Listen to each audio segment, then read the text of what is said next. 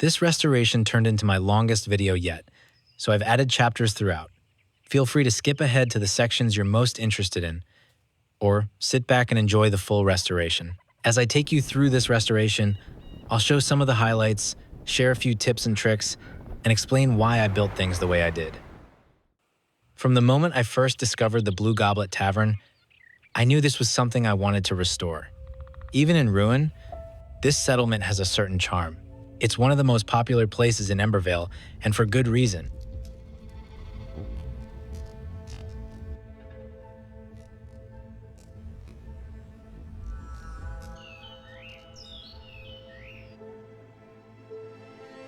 My vision was to maintain that charm, to keep it rustic, serene, a tavern tucked away in the Revelwoods.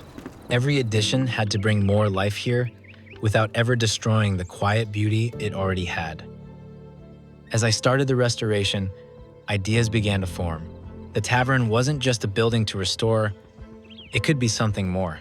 But one idea led to the next, and soon it was no longer just a tavern, but an inn, a market, a farm, a small village tucked away in the Revelwoods.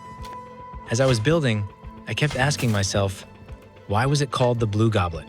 And in the end, the answer grew all around it: blue flax flowers by day, glowing mushrooms by night. So, let me take you back to the beginning and show you how I restored the Blue Goblet Tavern. The restoration began with a temporary altar on the roof and another at the entrance, so I could begin work on the inn below. The first step was working out the temporary altar's radius inside the tavern to see how far I'd need to dig beneath it. With the entrance marked, I began cutting into the wall and excavating the stone beneath the courtyard and tavern. This would become the inn, a home for all the villagers. Clearing stone is quicker with a large foundation block. Place it, right-click to remove, and it cuts out a hole the size of the block. Once the inn area was cleared of stone, it was time for the rough flintstone walls, the same block used in the tavern, keeping the build consistent.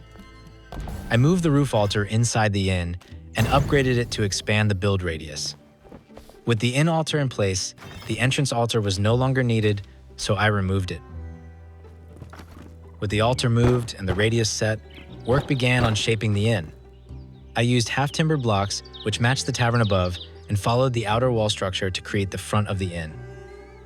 The refined wood floor is nearly complete now, with the entrance and left side starting to come together.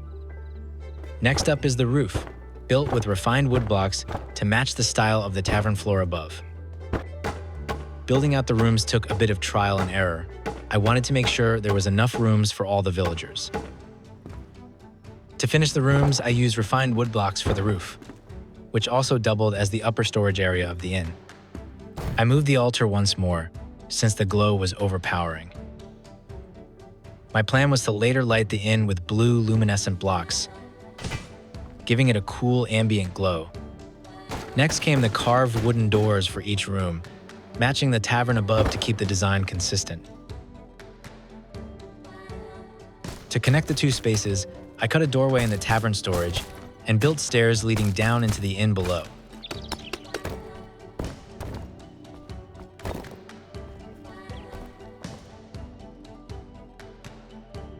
Before moving on, here's a quick look at the finished inn.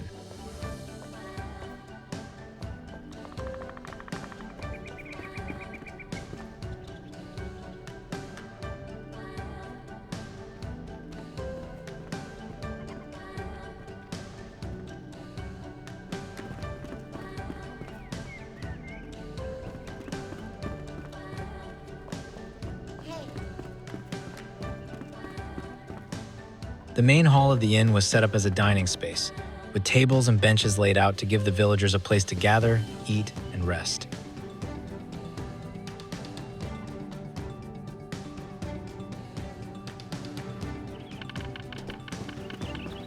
Carved into the stone is my room, next to a fully upgraded flame altar.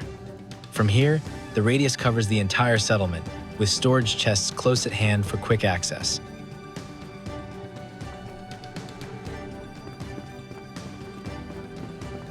A big part of this restoration was the lighting design, working to create a magical ambient vibe while still keeping the rustic charm of the build intact. Inspired by my Shroud Spire build, I used skeleton cages with blue luminescent blocks to light the inn. The soft blue glow ties into the Blue Goblet's theme.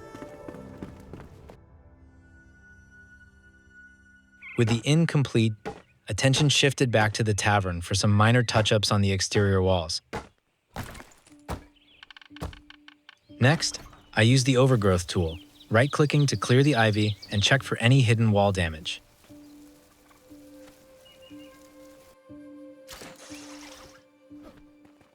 One tool I really want to highlight is the Decay tool.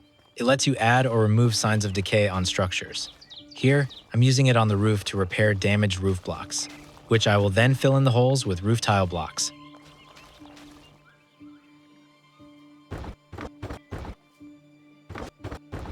Since Enshrouded doesn't have a creative mode, one trick I use when working at height is placing large ceiling blocks as a platform. It makes reaching the upper sections of structures much easier. A quick way to clear rubble is to position a terrain block where you want to clear, then right-click to remove it. The next step was terraforming the landscape around the tavern. Rather than clearing everything, I wanted to keep as much of the natural Revelwood grass, dirt, and stone as possible, planting the gardens among it to feel like part of the forest. One thing I love about Revelwood is that the dirt isn't just grass. It's layered with roots, which makes the forests feel more alive. When leveling out uneven ground, I always use Revelwood dirt to keep the forest looking natural. Next, I began shaping the gardens. My goal was to weave plants and greenery into the existing landscape so it feels like the settlement grew naturally out of the forest rather than being built over it.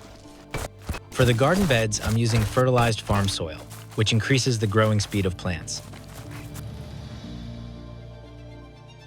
I tried out a few variations of fencing around the gardens, but in the end, I decided to remove them to stay true to my original vision. I left this in though, since the video follows the same steps I took during the restoration. The rake is a fantastic tool for leveling out the land. A handy tip is to work back and forth while standing on the height you want to match. Your position sets the level the rake will smooth to. What I usually do is make a few passes with the rake to get things mostly flat, then go back and do the final leveling. If you need to remove areas of dirt or stone that sit much higher than your leveled ground, the rake won't do the job. Instead, use the right-click terrain removal technique to clear it out before you go back to smoothing. Once the area was leveled, I added Revelwood dirt back in to reshape the ground. For this garden, I wanted to keep as much of the natural shape of the landscape as possible. Another tip, I usually place a 2M ceiling block as a guide to create paths between garden beds. This makes the gap stay consistent. To square everything off, I switched to 4-meter door frame blocks as a guide. This makes it easy to remove the dirt in a perfect square and matches the size of the first garden.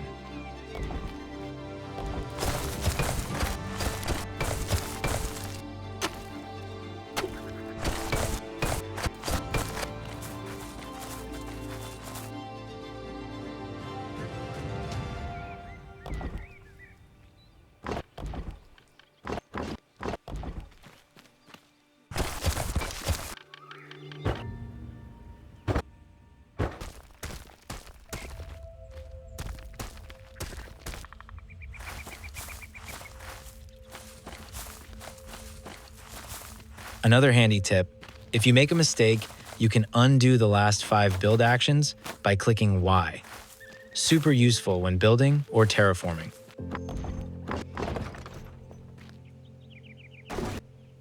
Here I'm using the fine-tune position to align the simple wooden handrail with the fence. You can enable it by pressing Q plus right-click, then use the mouse wheel to move it up or down.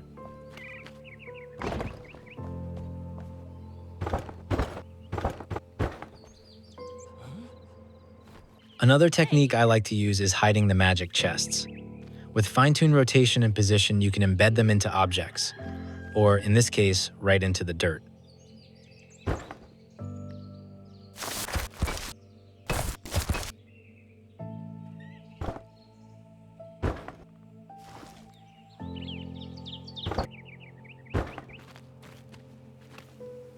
I planted the first flax seedlings in the new gardens. A small detail at the time, but one that would make a huge difference later. When planting seedlings, turn on snapping by pressing X. It makes lining them up much quicker.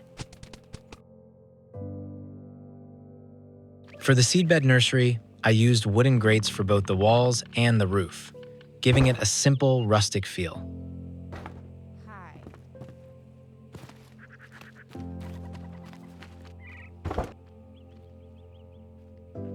With the seedbed nursery finished, I wanted to slow down and take you through the space. I added a few small details to give it a sense of realism, a place that feels lived in, used, and cared for.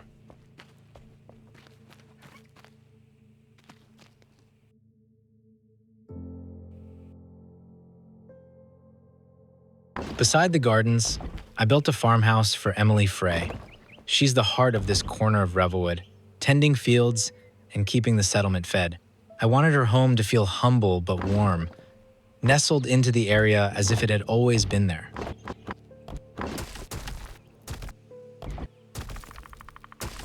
Before the roof, I laid out a row of half-timbered blocks 1 block high to trace the shape of the farmhouse. Stepped walls at the entrance and exit help define the lines and makes the roof placement much easier. Roofs can be tricky to place. If you're having troubles, enable or disable snapping helps.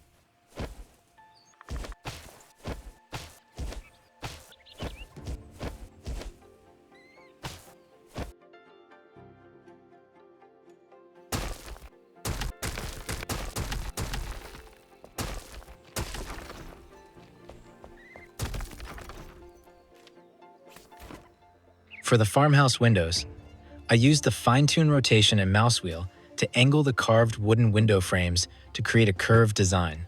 Just count how many scroll wheel clicks you do so you can keep the angle consistent.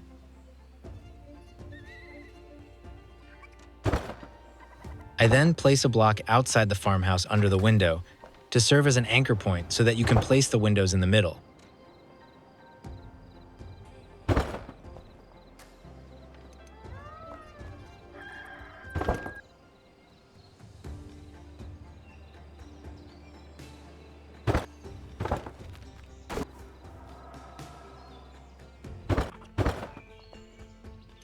I kept the windows rough looking, as it's a farmhouse, and was aiming for the rustic look. I do make better aligned ones for the hunter shack later in the video. I don't usually show the decorating stage, but I thought I'd share a bit of my process here. Sometimes I'll nail it on the first try, and other times it takes a few different placements before I find the layout that feels right.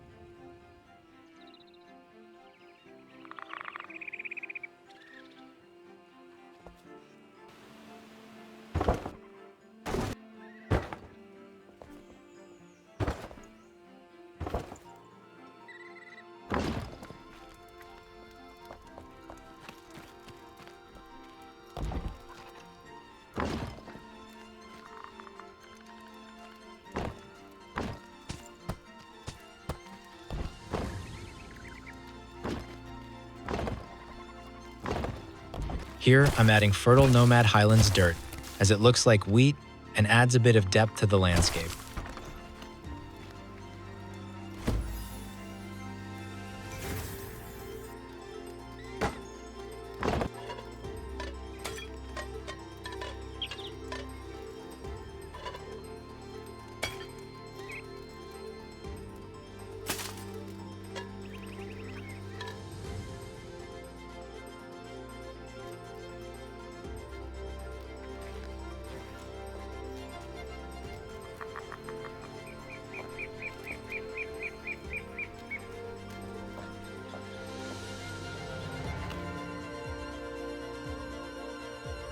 My vision for the barn was to have the goat pen on the left side of the barn and the yak pen to the right.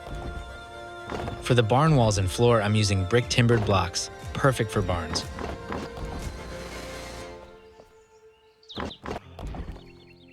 Once I got the layout that I liked, I placed the 4M foundation block as the ground was uneven.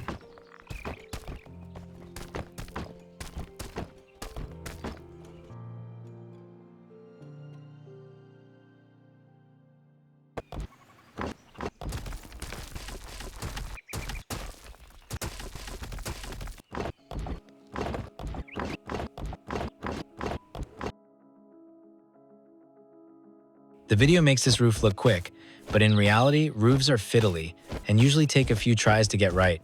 Sometimes I even have to remove the whole thing and start again. One thing I learned while working on roofs: sometimes stepped wall blocks will poke through the roof blocks. A quick fix is to add a second layer of roofing to cover them up.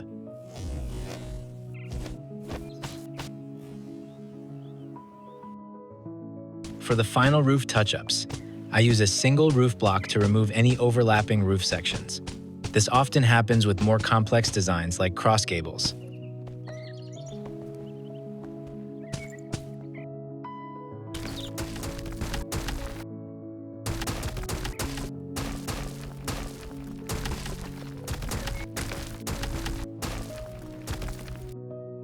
With the farm sitting below the Blue Goblet Tavern, I carved a path up using terrain blocks and the mining pick.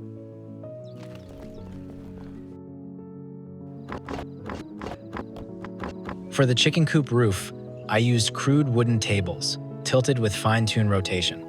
I love using these because they add such a rustic touch to a build.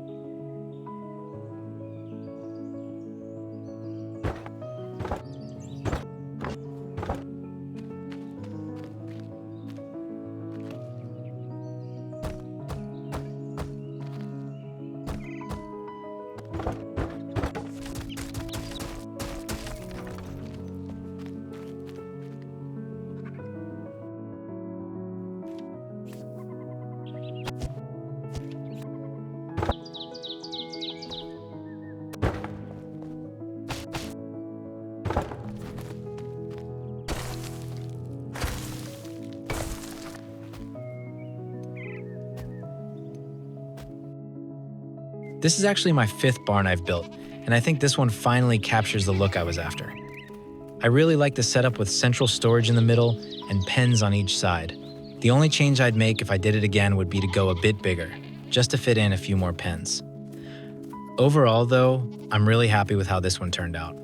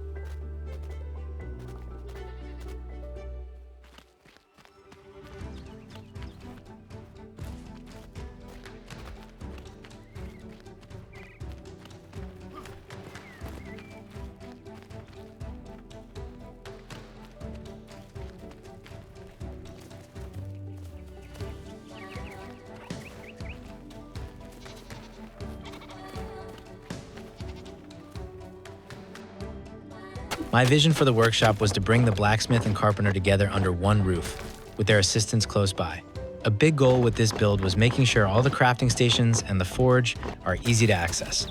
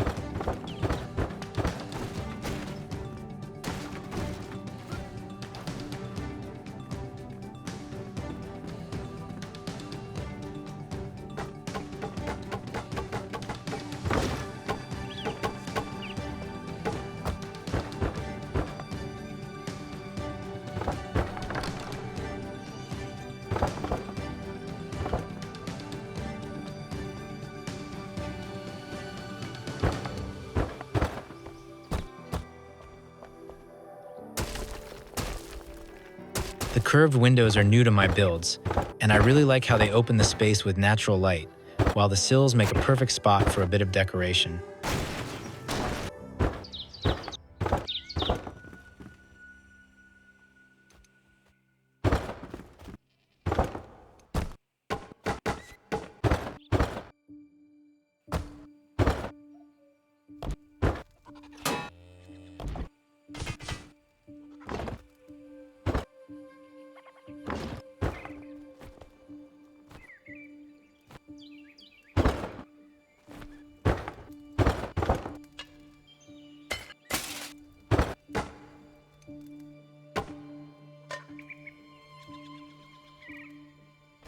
Okay.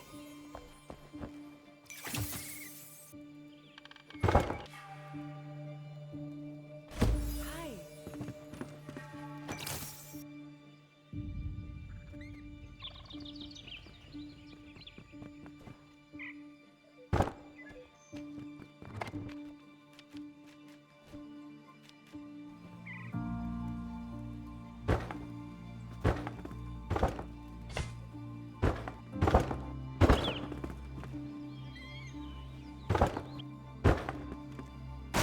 Quick tip: if you've got the Ring of Burning Light, it's perfect for building at night or in darker areas.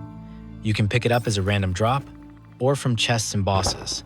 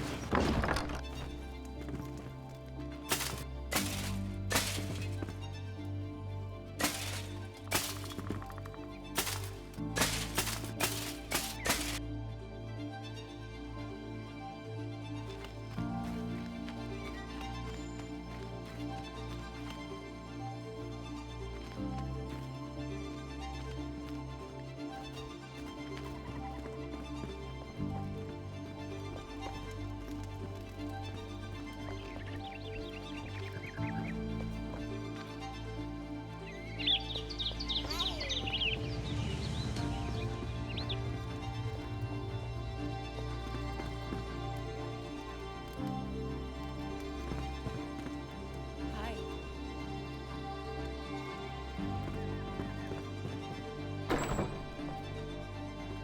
Oh, hello.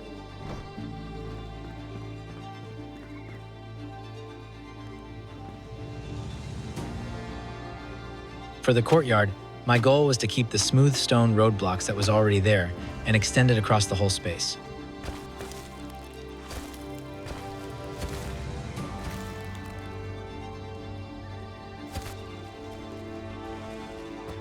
Right now, I'm placing rough flintstone blocks just to level the ground for the market stalls, but later on I'll cover it fully with smooth stone roadblocks to tie everything together.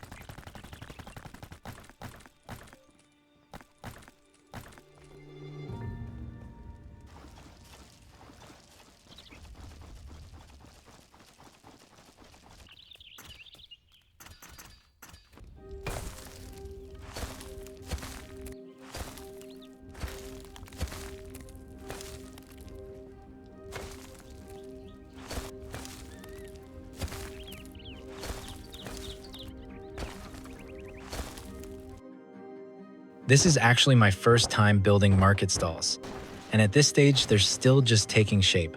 I used wall tapestry showcases for the roofs, paling fences for the walls and roof, and smooth stone roadblocks for the floor.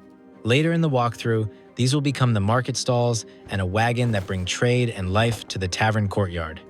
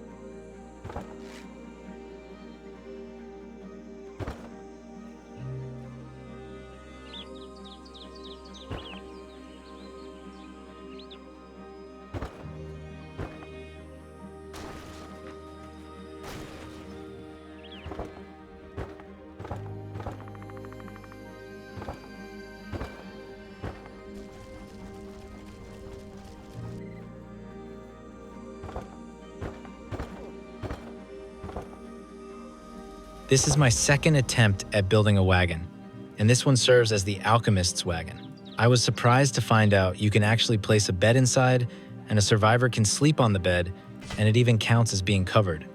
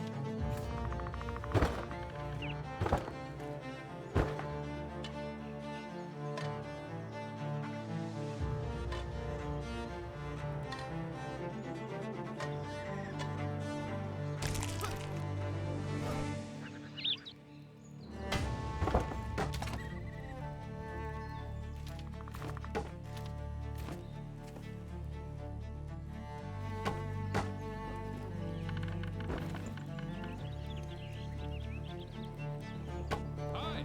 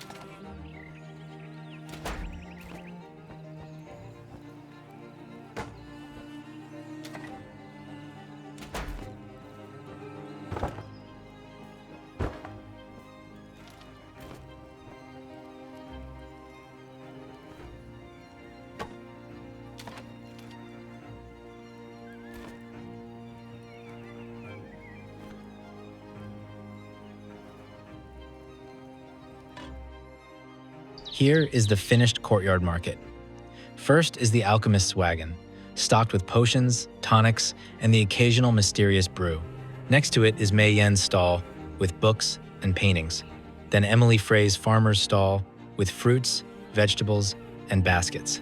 And at the far end is Oswald Anders' blacksmith stall, selling armor, shields, and swords. On the other side of the market, there's a small garden center with flower pots and vases for sale, and the tavern's outdoor seating completes the courtyard. Next is the Stagecoach wagon. a little different from the Alchemist Wagon, built more for travel and carrying goods than for setting up shop.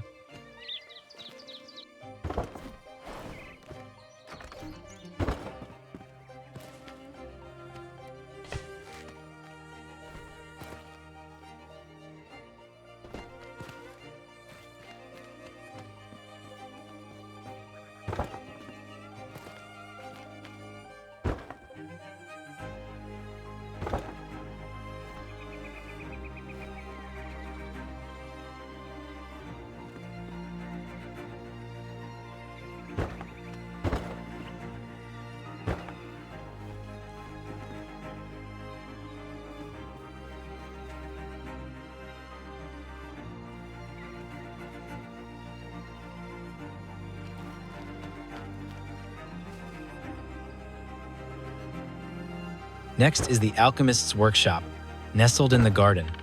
The perfect spot to make use of the nursery and plants for potion ingredients. It's a simple build, but I wanted it to be easy to access the crafting stations.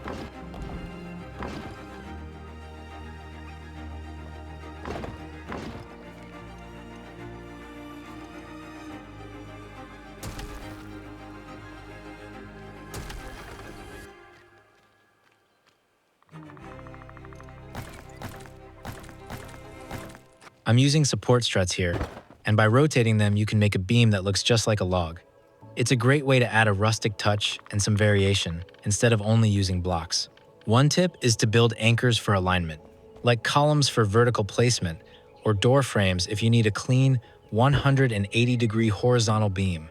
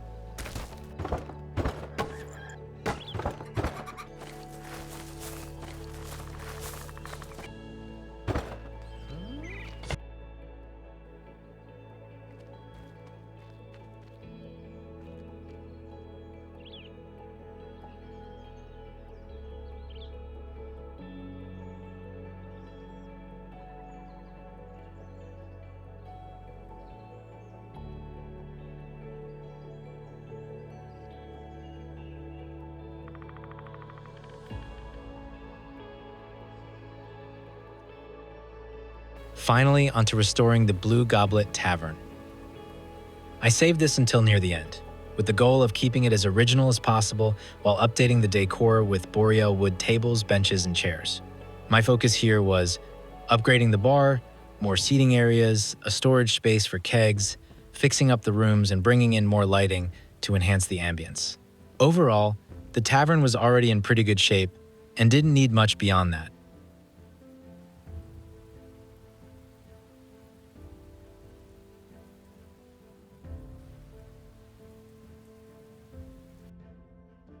To start the restoration, I usually dismantle anything that's broken or that I plan to replace. One tip here, be careful when dismantling, since there's no undo for that action yet. I'm really hoping they add that in, because later I ended up dismantling the stove in the bar, which I actually wanted to keep.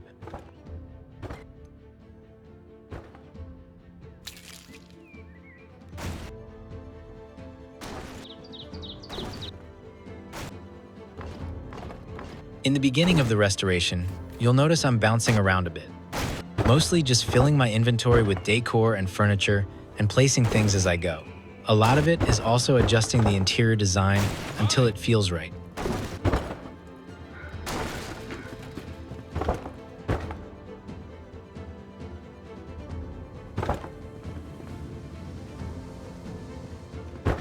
Another tip when placing decor and furniture is to always strive for realism.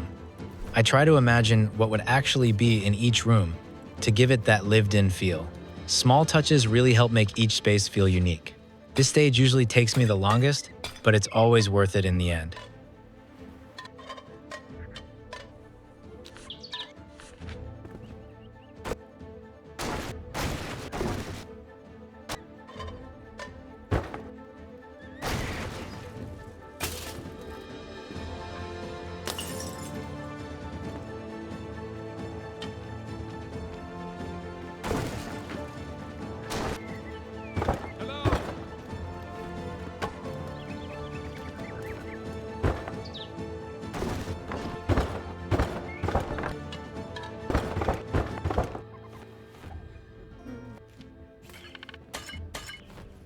I'm building a grog fermenter here, using a kiln, a barrel, a shield rack as the tap, and a vat to catch the spills. I did something similar in my Restoring Ferndale build, and it felt like the perfect addition to the tavern storage area.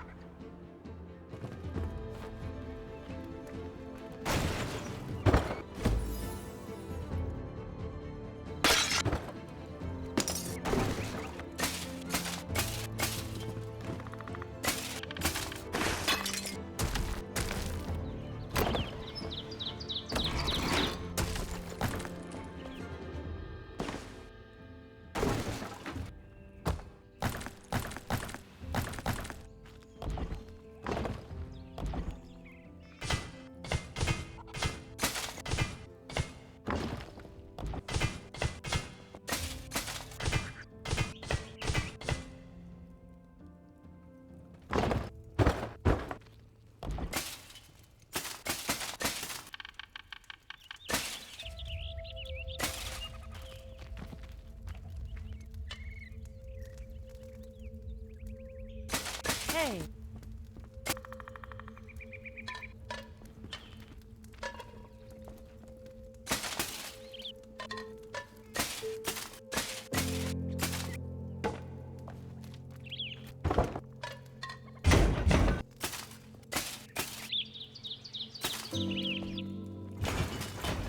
For the bar, I added a row of scrap cups hanging on the back wall, and little did I know how tricky that would be. It took a few tries to get it right. To add realism, I used prison fences for the bar and scrap ladles as hangers for the mugs, so they wouldn't just float in the air. It's a small detail, but one that makes a big difference.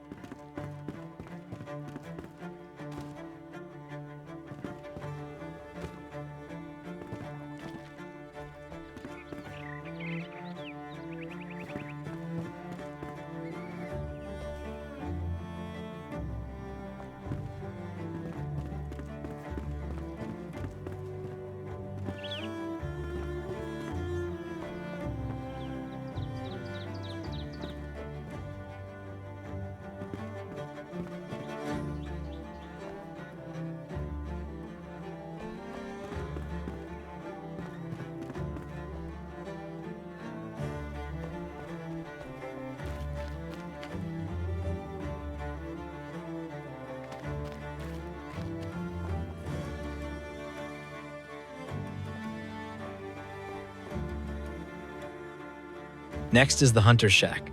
I scouted the area to find the perfect spot, and just off the path leading up to the tavern, I found it. The build itself is very rustic and was a bit of a challenge since it isn't square. Because of the length of the video, I'll just be showing some highlights from the build.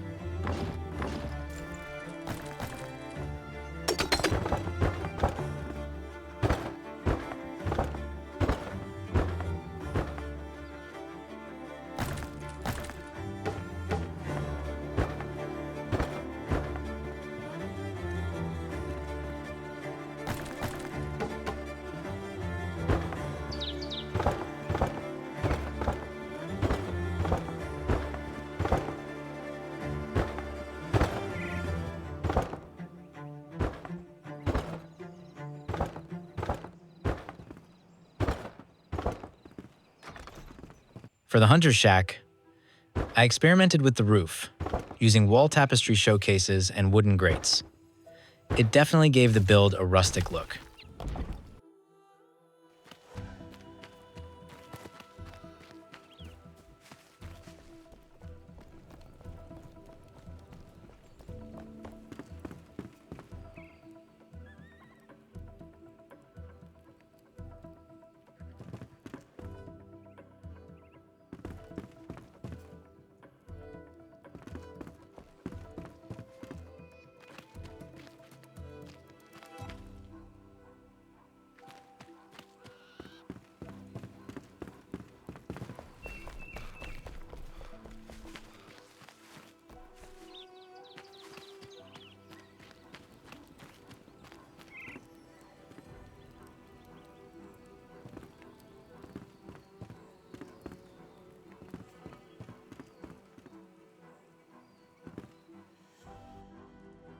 To give the walls a more natural, weathered look, I'm adding ivy first, then climbing roses for a splash of color.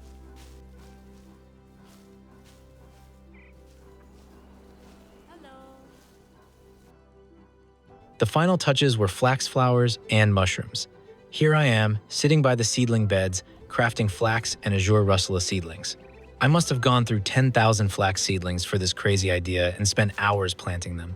So, here's a quick montage of me running around planting seedlings.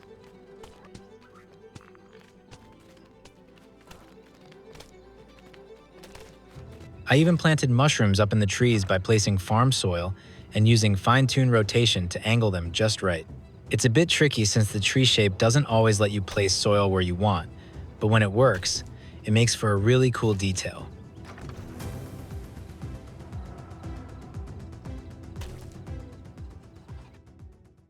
Without further ado, here's the full walkthrough. I decided to show it at night since it really highlights the lighting design, and throughout the video, I've shared a few quick tours. I was trying to keep the video under an hour, so I left out some of the smaller builds, but you'll see them here in the walkthrough. And if you've made it this far, thanks for watching. I really appreciate the support.